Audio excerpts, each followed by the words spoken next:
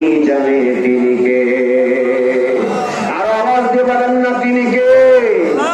সেই আল্লাহ কাজে বলো মাকারু ওয়া মাকারাল্লাহু আল্লাহু খায়রুল মাকিরিন। যারা বলেন আল্লাহু আকবার।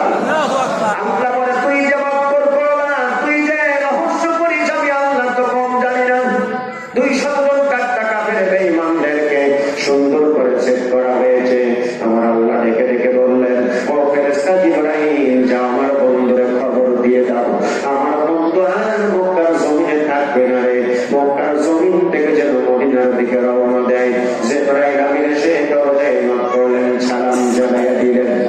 আল্লাহ নবী বিশ্ব নবী সালামের জবাব দিয়ে বললেন, ও ফেরেশতা এত রাত্রি বলি ইয়া রাসূলুল্লাহ আপনি আমার দরজাটা খোলেন।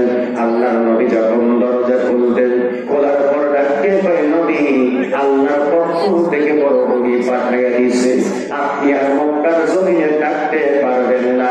আপনি মক্কার জমিন থেকে মদিনায় হিজরত করতে হবে। ওই আবু জেহেল উতবা সাইবা ওয়ালিদ বিন মুগিরা আবু সুফিয়ান ওই কাফির বেঈমানেরা আপনাকে সহ্য করতে পারে নাই গো নবী। এই জন্য আল্লাহ বরদাস্ত করতে পারে নাই। আপনার জন্মভূমি ছেড়ে আপনি মক্কার জমিন থেকে মদিনায় চলে যাবেন। রাসূলুল্লাহ বললেন, জিবরাইল আল্লাহর ফেরেশতা তাহলে তোমার কাছে জানতে চাই, আমি যদি বের হব ওই সময় তোমরা টের পেয়ে যাবে আমাকে চিরতরের জন্য তরবারি আঘাত দিয়ে শেষ করে দিবে। আল্লাহ ফেরেশতা ডাক দিয়ে কয়, ও নবী আল্লাহ রব্বুল আলামিন হিকমত অবলম্বন করার কথা বলেছেন। সুন্দর করে এক মুষ্টি ধুলা কোনা মাটি হাতের মধ্যে দিয়া এবার আল্লাহ পাকের কোরআনের আয়াত করে ফু দিয়া যখন কাফেরদের চোখের সামনে ছিটায় দিবেন, আমার